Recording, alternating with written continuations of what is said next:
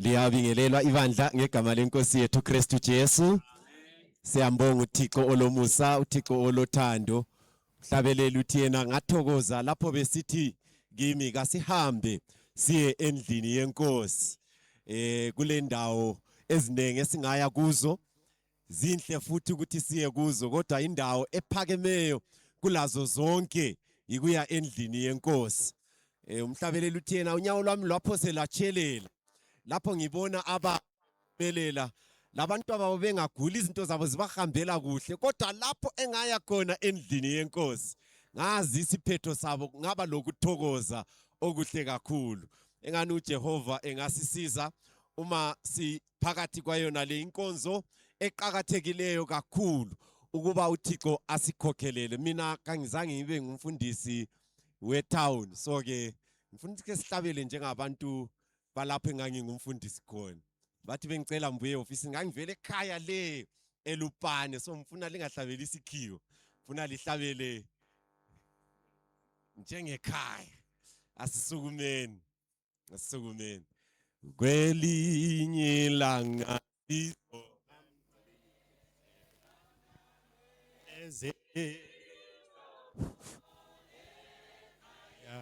One, two. Kwelinye ilanga sizohamba sisiya ezulwini ekhaya lika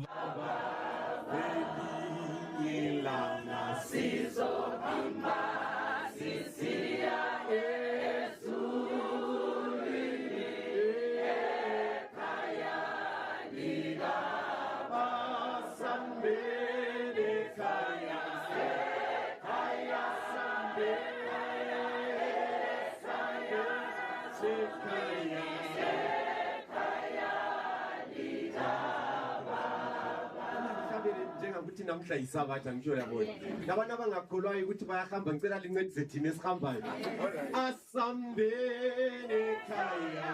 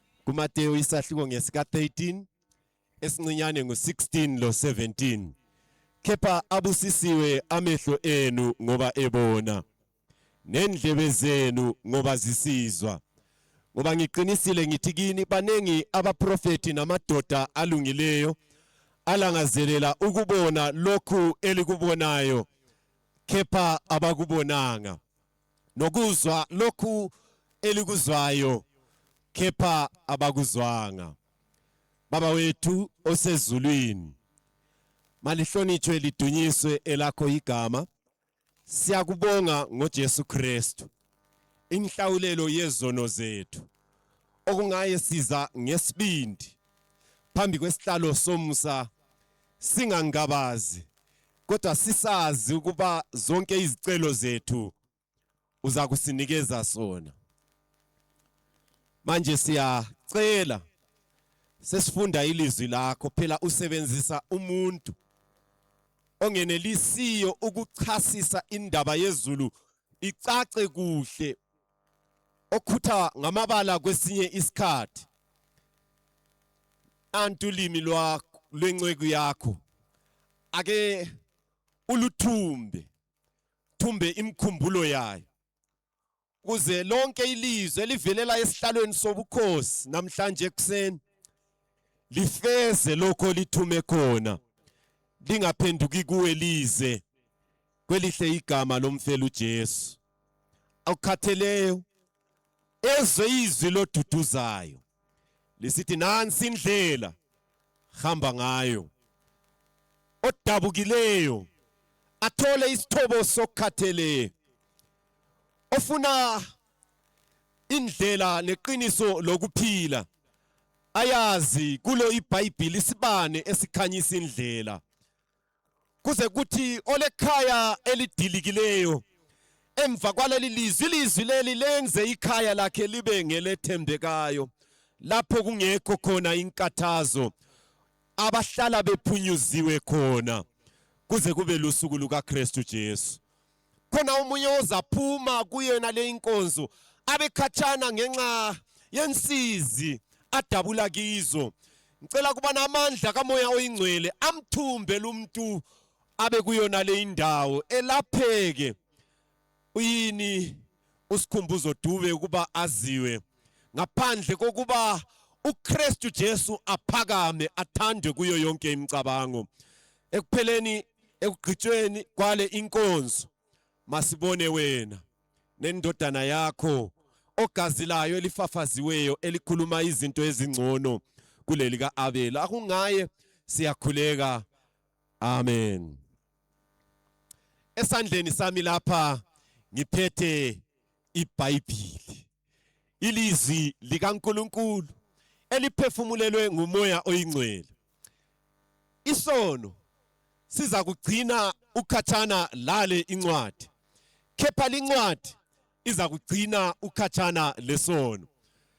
Le incwadi kayilawo mazwi kaThixo kodwa iyilizwi likaThixo. Ngiphe lincwadi yiso isibani oza kusiphakamisa elibeni. Ngiphe lincwadi uma ikhaya lakho lingahambi kahle liza kuqondiswa yiyo lincwadi. Ngiphe lincwadi yiwo umkhombandlela oza kusiqondisa uma sifunda ilizwi lethu lanamhlanje. Eminyakeni eminingi edlulileyo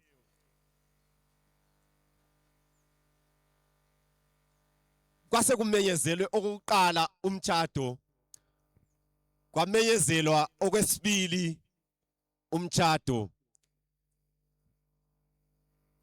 kwase kumele ukuthi kumenyezelwe okokugcina. Weza untombazana wathi yena mina ngingeke ngibe ngumkamfundisi lanxa kutheni.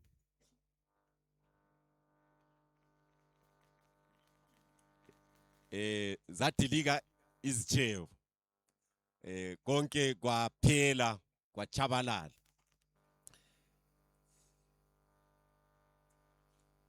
Kwase kusenzakala ukuba ngihlangane lo mfundisi uMtungu.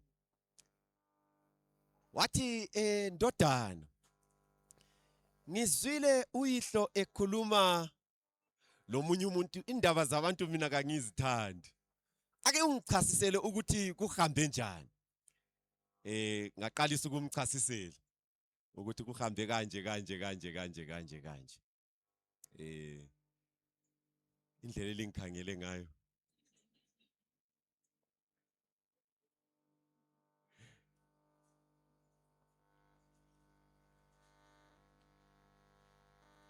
Sengisiya ngingakayiqeda umfundisi uMtungu wayesewe phansi ngamadolo. Ngisiyayivala indaba yami wathi baba wethu osezulwini uyamkoloda lo mntwana esitsho mina.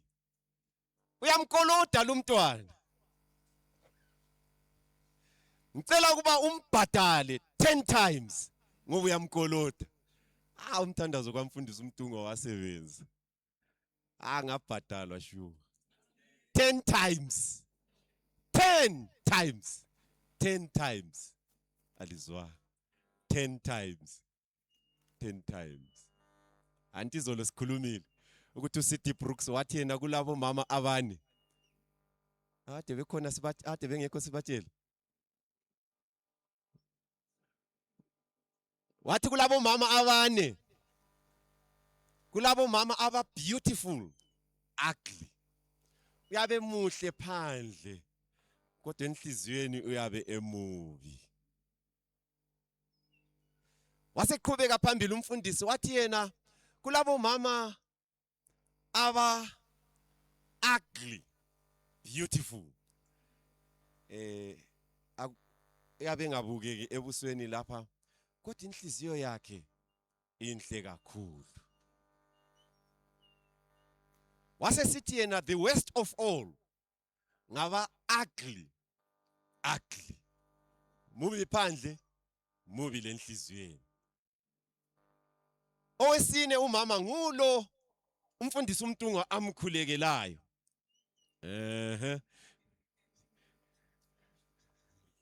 La ngizayikholisa ngedwa kulandaba. Ngule umfundisi uMtungu amkhulekelayo oh beautiful. Phandle laphakathi. Hloko yethu yendaba ivelela kulokhu umfundisi uMtungu akutshoyo. Restore. Buyisela. Incwadi esiyifundileyo lapha incwadi kaJoel. Isahluko ngesika 2 esincinyane ngu25. Incwadi kaJoel isahluko ngesika 2 esincinyane ngu25. Lithi lona ilizwi likaNkulunkulu. Ngizalihlawula okwaleyo iminyaka lokho okwadliwa zintethe lesikhonyane lobuyane ezinye intethe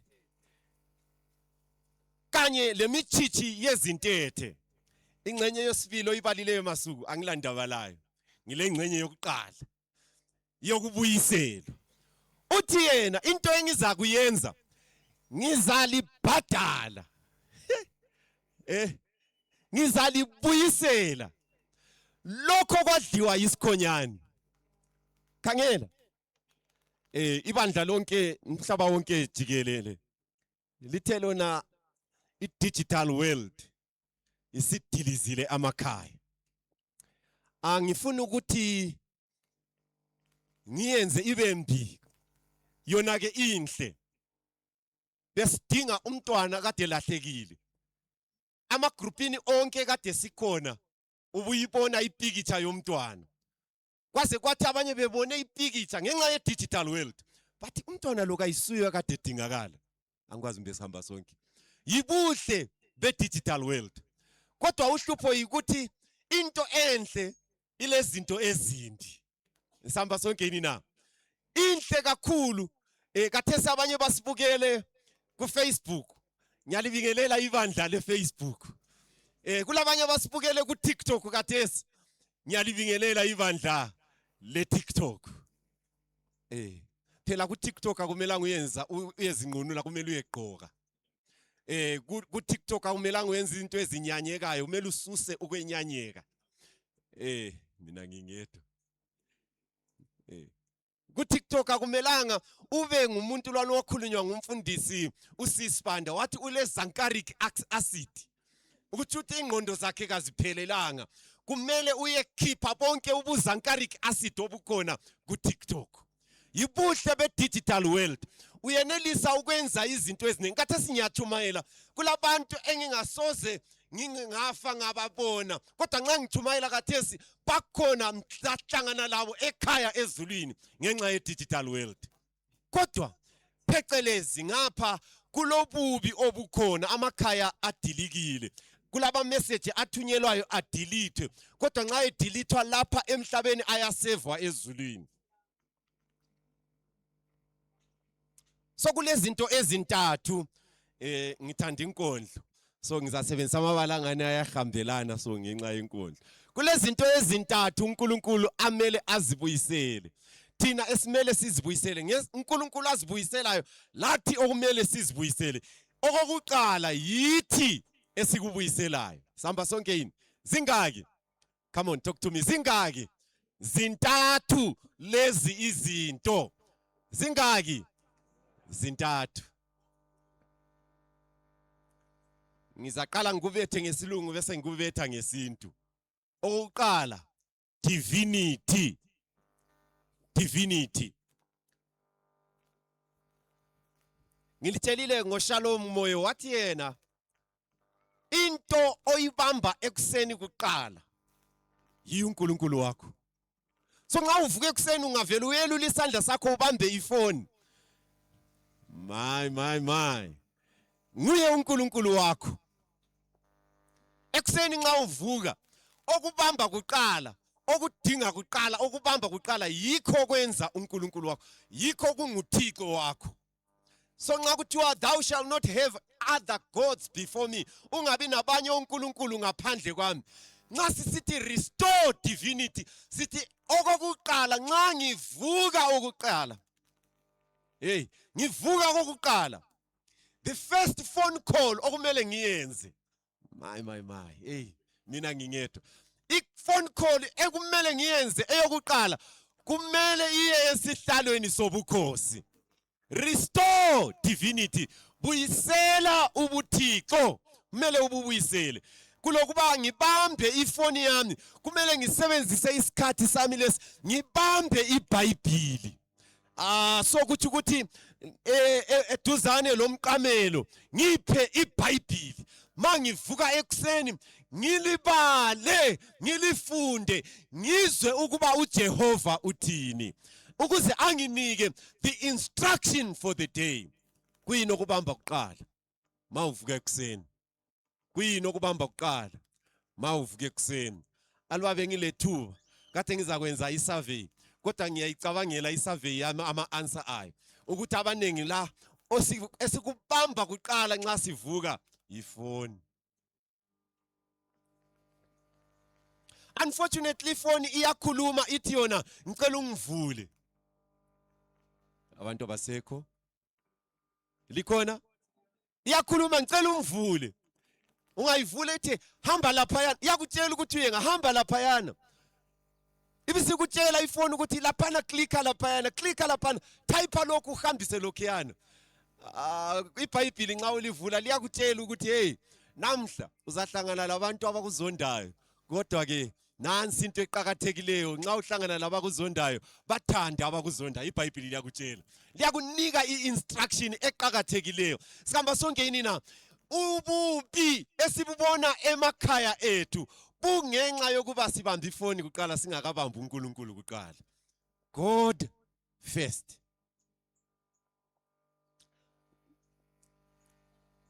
Njalo kusenza isibonelo lesengasimodify abantu bayethuka ngiqalisa ukusenza ngake ngavakatshela inyanga eyayisiphendukile sengimodifyile ngake ngavakatshela inyanga eyayisiphendule yayisanda ukuphenduka wayesanda ukuchiya amayika akhe lezinto zonke so sasimvakatshele sisiyamkhulekela ke sesisuka ke laphayana mina sengisiya emoteni sengilayitha ukwenzela ukuthi ngoba sasilohambo olude ukwenzela ukuthi anti imota yedizili kumele iyenze njani ihithe ngayilayitha ngase ngiphenduka ngathi kasikhuleke wangicunukela kakhulu yalizwa wathi wenzeni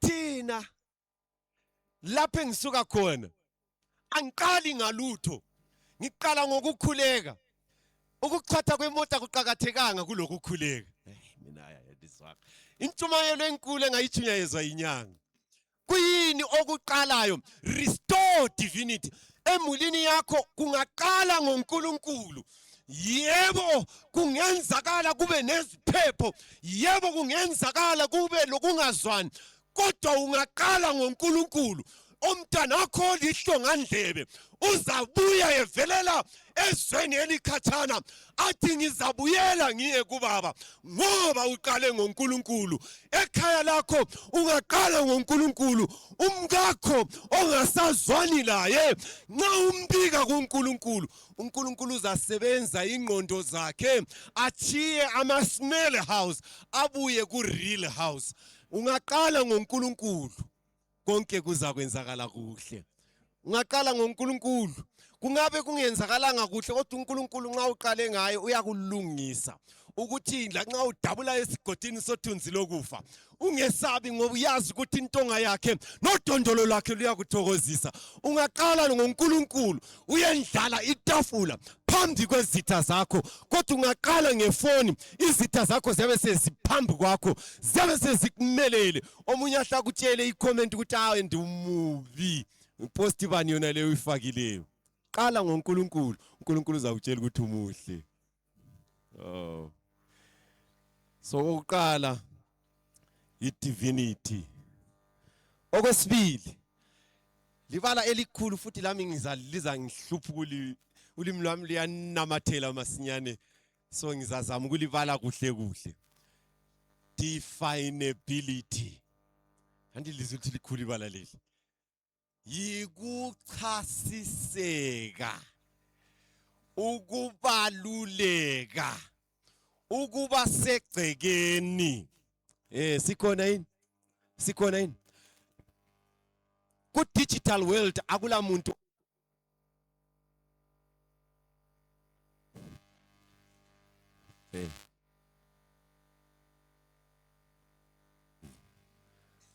ungaya ku Facebook umuntu wakhona muhle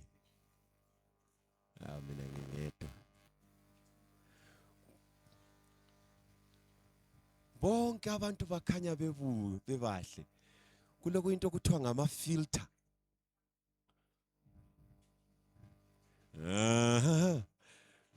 ungaya ku TikTok kulokunye kuthiwa beautify my as if you are ugly when you are beautiful definability ngenxa yokuthi sonke sifuna ukuthi sikhanye sesisiba yilokho esingayisikho khona mina ngingedwa likhona definability imuli eziningi kazicaci ukuthi ziyale kumbe ziyale kunomunye kade soku relationship ongakwaziyo whether it's going or it's coming. It's not defined. The relationship is complicated. Complicated okokuthi nxa ukhangele uyabuzibuza ukuthi umuntu lo uyangithanda kumbe umuntu lo unjani. Vele ungavela ubone kwinto kwakhona kungana kucaca ungakendi kumbe ungakathathi. Baleka. uJesu engakakubalekisi njengami. Alizwanga. Baleka ngenyawo zakho uhlubaleke ungabone ngani vele kala definability kacaca ukuthi uya ngapi. Ungambuza ukuthi in 5 years time uyabungapi? Ungabombuza le, these are spiritual things. Wahlu-thathele ngezinyawo zakho ngoba where there is no vision people are already dead. Sebefile definability. Samba sonke yini na? I-digital world isifundise ukuthi akulandaba, it's my life. Ngaze ngibe nginje akulandaba.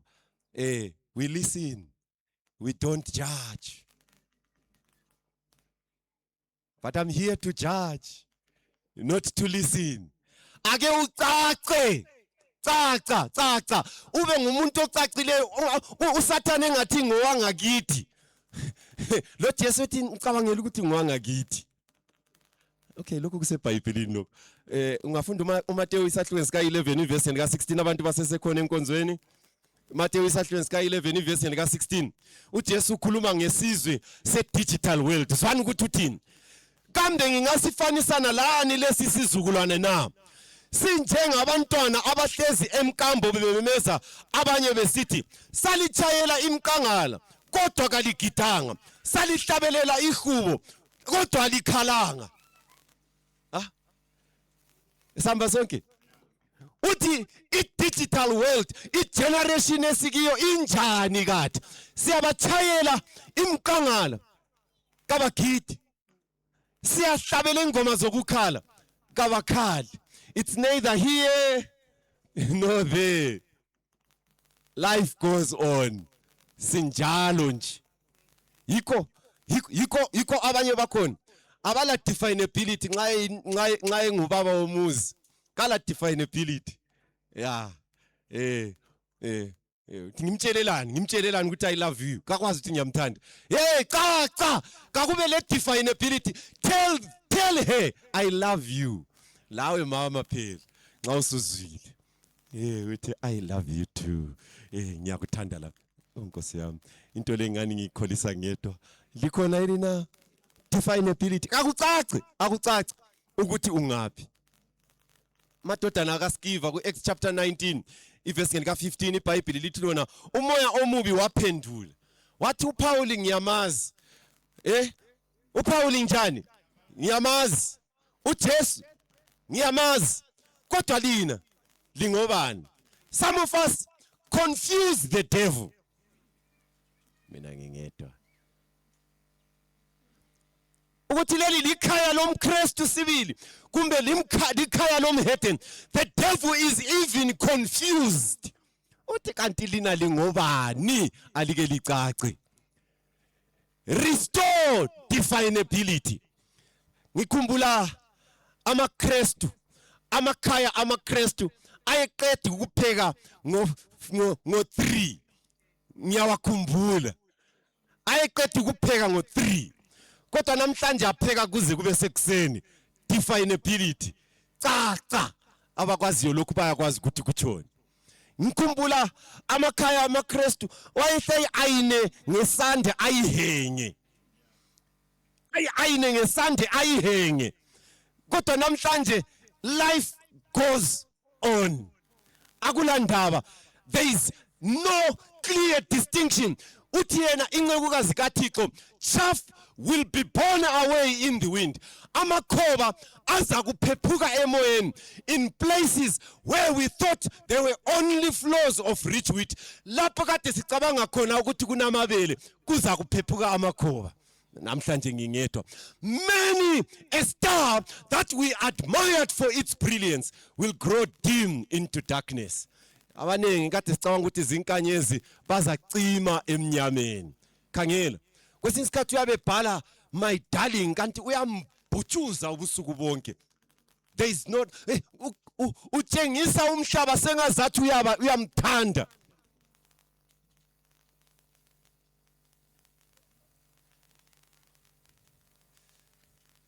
Ukulalela indaba zabantu sokungifundisa izinto ezibuhlungu kakhulu. Uyabona abantu abaxabanayo sibile sithi my darling. Uzuphosa ucomment uthi katha isiwabuya kimi wathi wena. Indaba utshengisa umhlaba sengazathi uyamthanda wena ngapha ekhaya ungamthandi. Definability. Namhlanje uNkulunkulu wants to restore that definability. Kangicace. Nxa ngingamthandi kangidivorce. Nxa ngimthanda kangimthande emkhathini lenhlizweni. Abanye bathanda emkhathini enhlizweni bayazondakala. Munye wayekhala wayesithi hey sengingumpostoli ngihlala ngimposta kuphela yena kangimposti.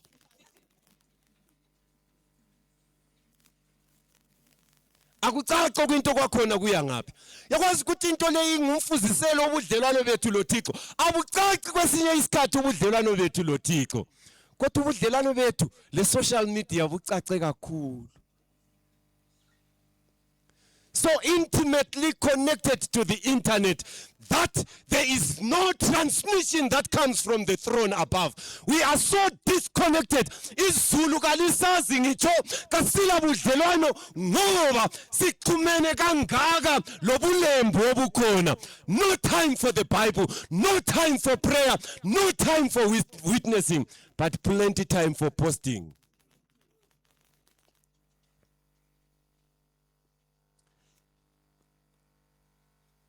Umntwana ethi mami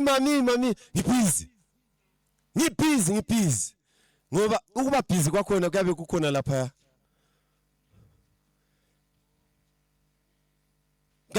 lapha ngibhizi uthando khona phebe busy esithi hey umntana wakho omuhle esekela umntana wakho la etshela omunye ke umntana wakho omuhle ngigqokise kuhle owakho umntwana esithi mami hey umntana definability. Restore divinity. Restore definability. Lingabona kusiba ngokucina. Labeli kwazi intshumayelo sizaphela. Dignity. Number 3. Dignity. Amakhaya adilikile ngoba idignity isizotha sesikhichiwe nge-digital world. Ukwenza njani ukuthi ulike untombazana ku Facebook ungakazi utshela umkakho ukuthi uyamthanda?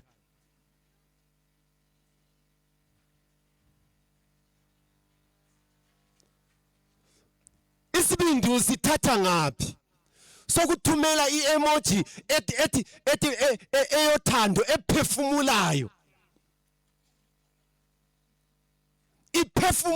Iphefumulela umuntu ongayisiyo wangakini. Ukuthatha ngapi ukuba lesibindi esingako?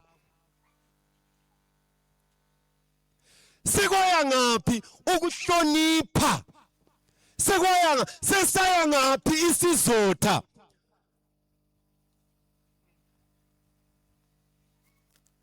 Ekela ngeke ngikhangele izigaba ezintathu ngaphansi kwedignity.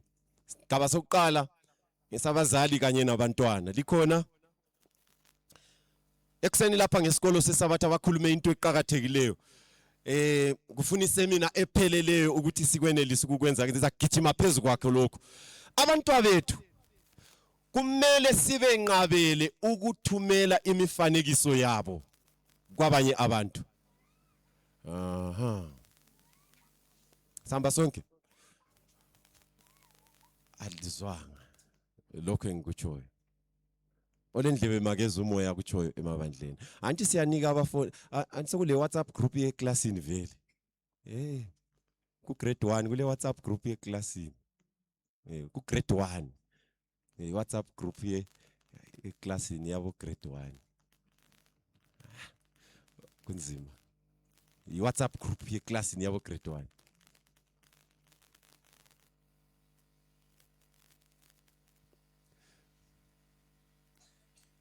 Egroupini yona leyana ake libe akungabi lo mntwana othumela omunye umntwana impikitsha yakhe.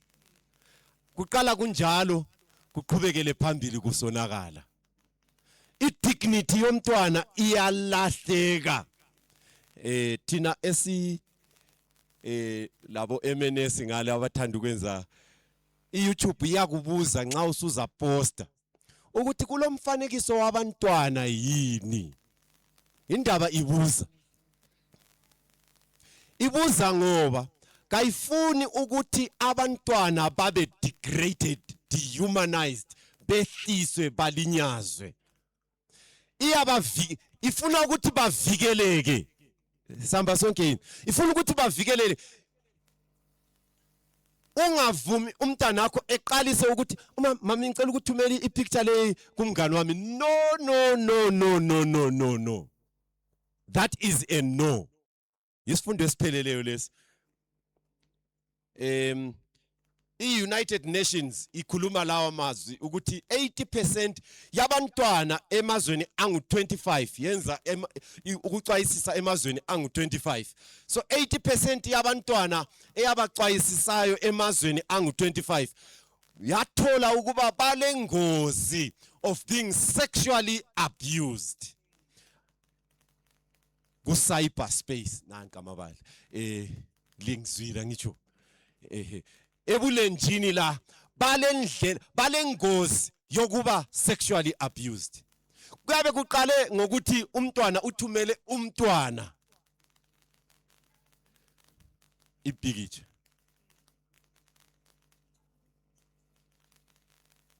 Kulesikole khona lapha koBulawayo umntwana omunye wayesekhipha omunye umntwana ibhuluku. Ansoze ngichasise okuningi ngoba ngikupulpit. Liyakuzwisisa sengikutshoyo. Ukutshelwe ngubani khona lokhu kwazele ngaphi, ukufunde nini, ukuthethe ngaphi. Kuthi kulomzali omthandileyo kangaka waze wanikela ifoni yakhe ayithenge ngemali yakhe ukuze lo mntwana abhubhe engabi lempilo engunaphakade. Restore the dignity of your child. So kulento abayikhulumileyo lapha ngesikolo sesabatha ngizayiphinda kuthiwa ngama-parental controls. So liye ku Play Store kumbe ku App Store kumbe kuthiwa kwini? Nonke. Ku Google Play. Lingaya khona laphana lifike lidinge ama-application okucontrola ifoni zabantwabeni. Ibandla le-utility. Alisekho. Ube kwazi ukuthi udlule ngaphi. I-application le yabe kutshengisa ukuthi umntwana sedlulela. Ithi kunike i-notification ukuthi isite asengene kiyo ayikho right. Ikuncedise kulama software tools. Lokho yisifundo esipheleleyo esingafundiswa okwesikhathi eside. Kodwa ngamafitshane yekela ngime khona lapho. Ama-parental controls aqakathekile to restore the dignity of our children. USathane kulomunye umlobi owathi yena ulecebo yini ngomntanakho likhona abese qhubeka ethi yena uSathane ulecebo ngaye. Alizwanga le. Nxa iplan yakho iphelela ku school run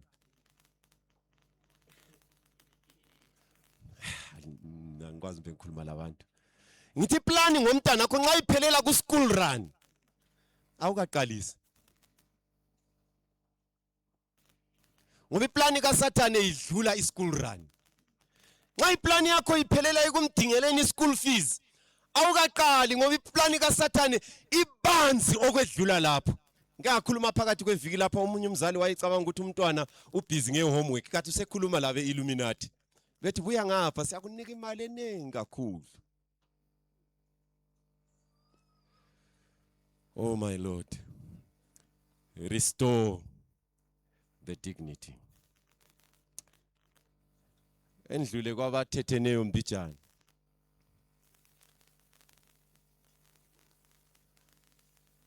kanti ize ibe le password engani ngumbane obhala ezulwini kutheni.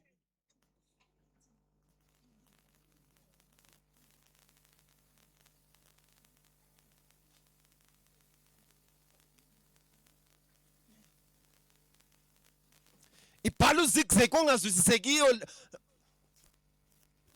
kutheni ize ibe le password enjalo.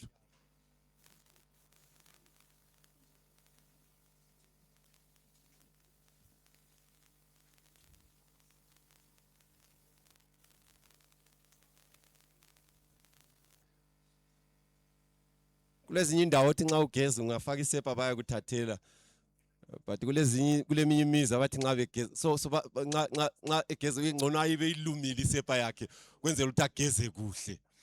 Abanye obaba labanye omama bageza bewalumile amafoni ngoba ukuyichiya kuyingozi. Let's restore the dignity. Kayibuyiselwe idignity.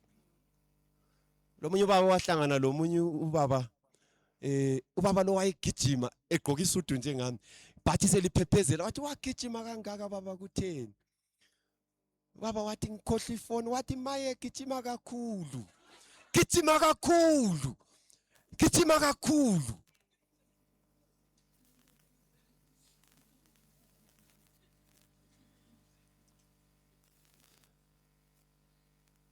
Kumele ifoni yeneliswe ukuvulwa iloba ngubani. Ngoba kulalutho olufihlayo. Akulalutho olufihlayo. Xa ifoni ingasavulwa ngiloba ngubani, akulalutho olufihlayo.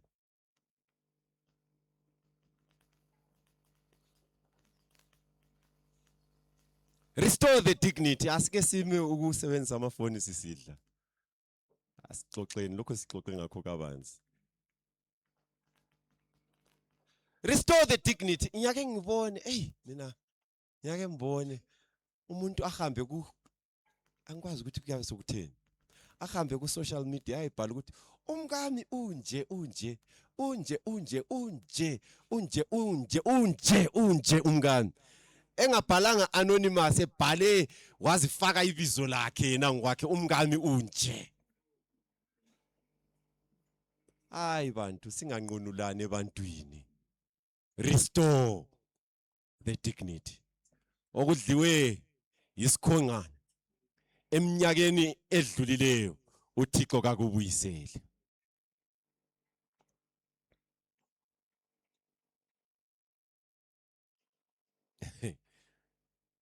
Kathi vele uyabe usuyichekelana ifoni yakhe.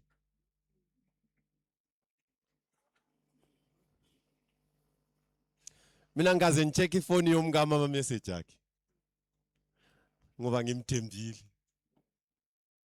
Kakaza check ifoni yami ama message ami. Nxa kufona uthi ngubani ofonayo? Ngangeza. Ngubani ofonayo? Nguzibani. Alright, phendula. Mina ngingedwa. Ungabona sengisiya check ama message sekule enye into ngane sengicabangela ukuthi indaba eanswer phuma phandle. Kulezi indaba nxa ngisafanga ukuthi omunye ubaba bayemnika ibizo lokuthi nguJesu.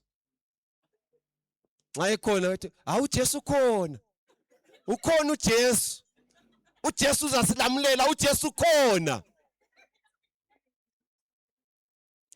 Ongali sehle sibakwazi ukuthi hayi umdala ukhona. Umdala ukhona kukhulunywa. Restore the dignity. Kuqakathekile ukuba sibuyisele isizotha. Lina elijadileyo ngeke ngikhulume lani. Alike linike isibonelo esihle ukuze iyouth le ithi lami ngiyafuna ukutshada. Balezibonelo ezimbi kakhulu bathi umtshado nxa unje mina kangiyi lapho. Ngoba kubi kwamtshado. Ngapha kwasingili kungcono. Ngiyazihluphekela ngingedwa kulokuhlutshwa ngilomuntu.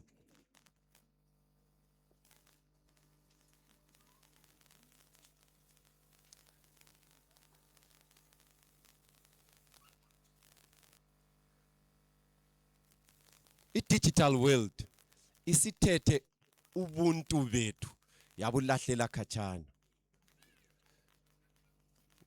Ngizakhuluma ngepornography mbijana. Restore the dignity. Umuntu obukela ipornography, umuntu ehlezi echurch uyamnqunula amkhiphe alale laye mentally. Kulebala lesikhiwa elithiwa yi-objectification of a human being. Uyamsusa ekutheni abe ngumuntu amenze i-object.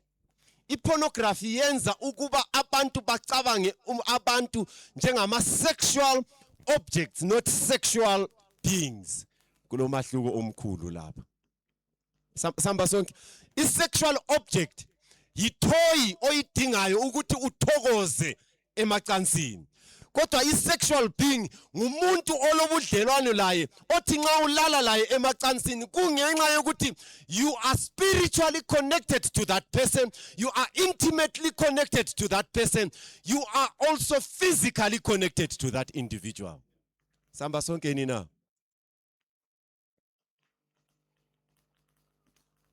Umuntu nxa yi-sexual object kufana lo muntu olibelele ndlela ngale ngama-sexual objects. Sorry for that strong example. Labana abamileyo ngale akufunayo ayisiyo relationship. Akufunayo yikuncedisa abantu abalengqondo esabayithathayo bathi umuntu kayisimuntu, umuntu yinto yokulalwa layo. Restore the dignity of a human being. Kuthi ngikhulume.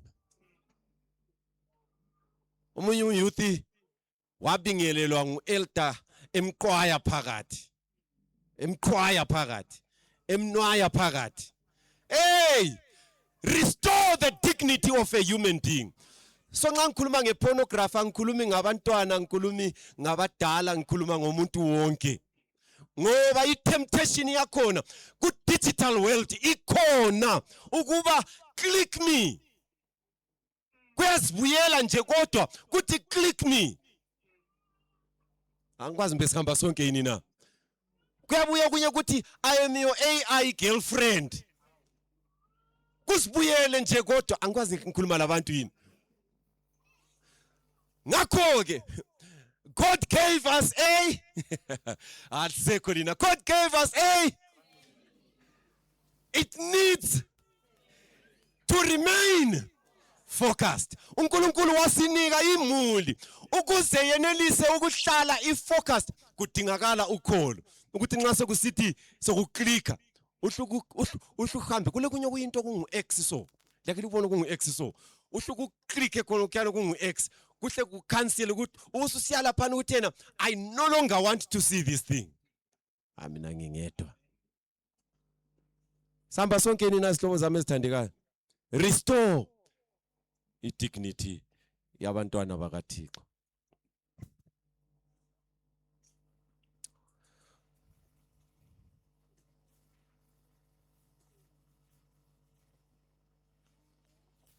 Nxa ungakathathi intombazana, nxa ungakathathwa intombazana, nxa ungakathathwa jaha, ukungena ku-pornography kwenza ube lomfanekiso ongayisiwo ngendaba zemacansini.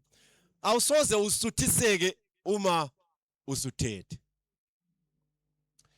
Ingozi ye-pornography inkulu kakhulu ngoba kulabantwana abathunjwayo, child trafficking, abathunjwayo bayegcinwa laphayana ukuze baqeqetshe baphiwe ukudla okwenza ingqondo zabo zingalungi kuze babaqeqetshe babe ngama-porn stars, ba-acte i-pornography. Angikwazi mbe sikhamba sonke nina. Ngakho-ke ngizaphinda engikutshiloyo phakathi kweviki. Uma ungumzali akulasinye isikhathi esedlula lesi lapho kudinga ukuthi ukhulekele khona umntanakho ngoba yenganyamalala uthi ufile kanti kafanga useyi-porn star.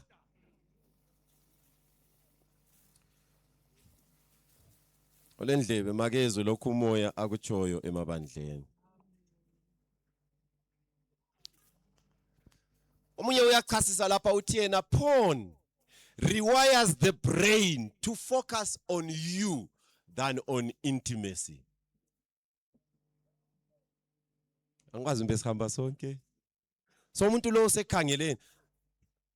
Omunye uthi kanti mfundisi usitshelelana into yena le thina singabangcwele. Sengisebenze kakhulu ebandleni leli ukwazi ukuthi abangcwele badlula phakathi kwezinto lezi.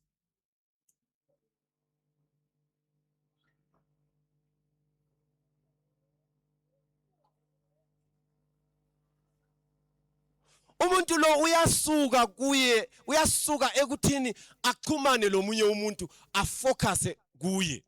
Kuthungamela ezintweni ezinjengabo masturbation. Kuthungamela ezintweni ezinjengabo sexual violence. Kuthungamela ezintweni ezinjengokuthi uyazi emsebenzini kube le sexual harassment. Ngoba umuntu lo ubusy lokho ebukele ngitsho le emsebenzini kasenelisi ukuthi asebenze. Kunokuthi aphendule i-email sekhangela owaletha ama computer emsebenzini waphambanisa kakhulu.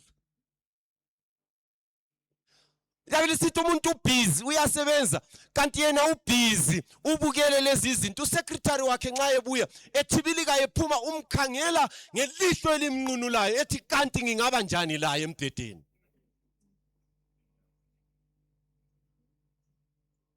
Restore the dignity of human beings. Samba sonke nina izihlobo zami ezithandekayo.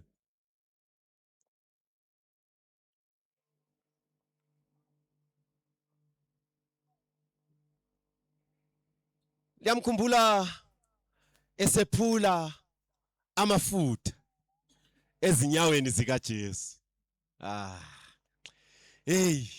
Liyamkhumbula esephula amafutha ezinyaweni zika Jesu. uJesu wayebuyisela idignity yakhe. Namhlanisela abantu eChurch. Esephula amanya ethatha izinwele zakhe egezisa izinyawo zika Jesu. uJesu wayesebuyisele idignity yakhe. uJudas wathi sokumotsha imali. Phela nxa uJesu ebuyisela idignity yakho wena nxa unikela abantu kumotsha imali. Nxa uhlabela kakhulu wena waphuma ezibini bayakuthalaza kathi indaba umhlabela kakhulu. Mina sengoba baza engikwenzeleyo baze bonke bakubone ngamehlo lapho engisuka khona kunzima kakhulu. God has restored my years that I wasted. So angilasikhathi sokumotsha. uNkulunkulu umbhadale 10 times. Nje uNkulunkulu umbhadale 10 times. Serestowile, sebuyisele. Ngenxa yokuba uNkulunkulu ungibhadale 10 times. Mina ngisoze ngithule. Asoze ngithule ngizahlabelela phezulu okwedlula bonke. Noma ngi-off key ngiyahlabela ngoba mina wangikhipha odakeni olubishayo, wangibeka endaweni ebanzi. Sengoba baza engikwenzelweyo. Bona lanxa imuli yami kungahambi kuhle izinto kazimanga kuhle kuyachwatha kuphakathi kwamaphorokhohlo yonke into iyenyanyeka kodwa ngenelisa ukubobotheka ngoba ngiyazi ukuba umsilisi wami uyaphila lokuba ekupheleni kwesikhathi mina ngokwami ngiza kumbona ngawami amehlo. Ngake ngabala elinye ibhuku elithi lona, what if your marriage was not meant to make you happy but meant to bring you closer to God? What if?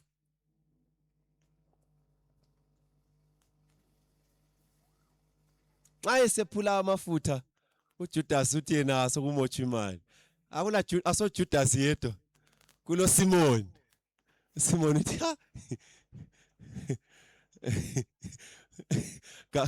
ngawuyazi lo muntu. Ngawuyazi lo muntu. Manje umuntu wayesazi. Alina lizwe. Ngawuyazi lo muntu.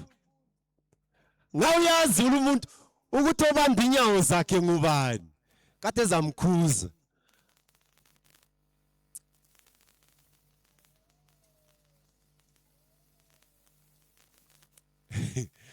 Simon nguye wayemkhupha ubuntombi. Kakhononi ngoba lo muntu mubi, khonona ngoba yena nguye omubi. Ubona inyawo zika Jesu zibanjwa uthi wake wangibamba kanje inyawo.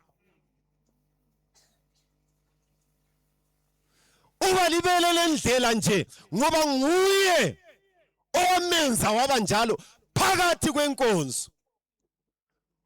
Ubizwa ngedolobho nje owaqala indaba wayisusa uMaria kulelinye ibhuku engalifundayo elithi lona ungoniwa ngothungamela inkonzo. Uzwa sengani nguNkulunkulu okonileyo ngakho uhle ulahlekelwe yidignity. Mina ngingedwa. Simoni wayengomunye othungamela inkonzo, woniwa nguye, idignity yakhe idignity yakhe yahle yachabalala. Wahle wathi yekela ngizilahle. Kodwa wahlangana noJesu.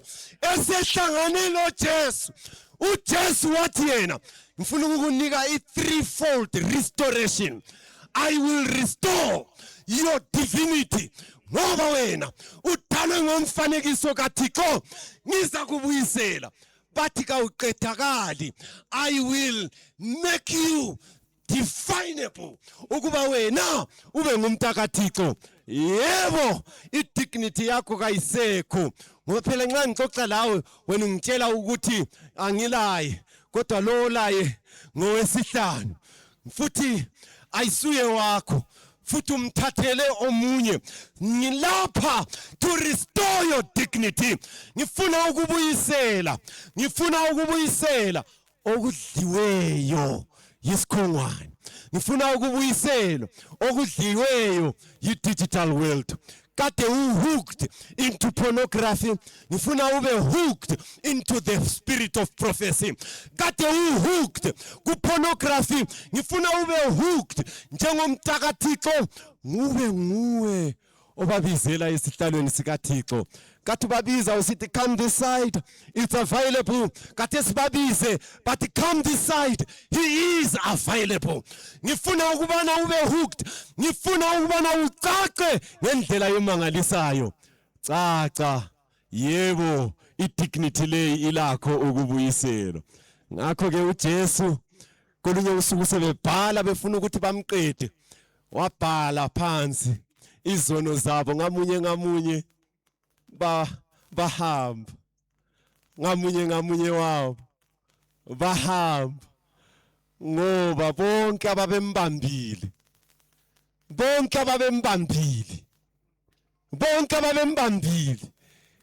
babechayisane khona ngale befuna ukuya kuye. Bathi kwenzakala kanjani ukuthi mina kade kuyimi ade ngifuna ukuba khona kodwa sokulomunye. uJesu uvusa amehlo akhe abesebona kusela umuntu athi mama bangapha bakumangalelayo. Umama uvusa amehlo esamelele ilitshe lokuqala kuba lichaye nxa lisithi dili wela phansi aliweli phezukwakhe. Ezwe lesibili lithi di uthi mhlawumbe liwela phezukwamali weli phezukwakhe. Uzwe elilandelayo liyawa kaliweli phezukwakhe. Nxa evusa amehlo wakhe uyathalathalaza, kaboni umuntu, ubona umuntu. Kaboni umuntu.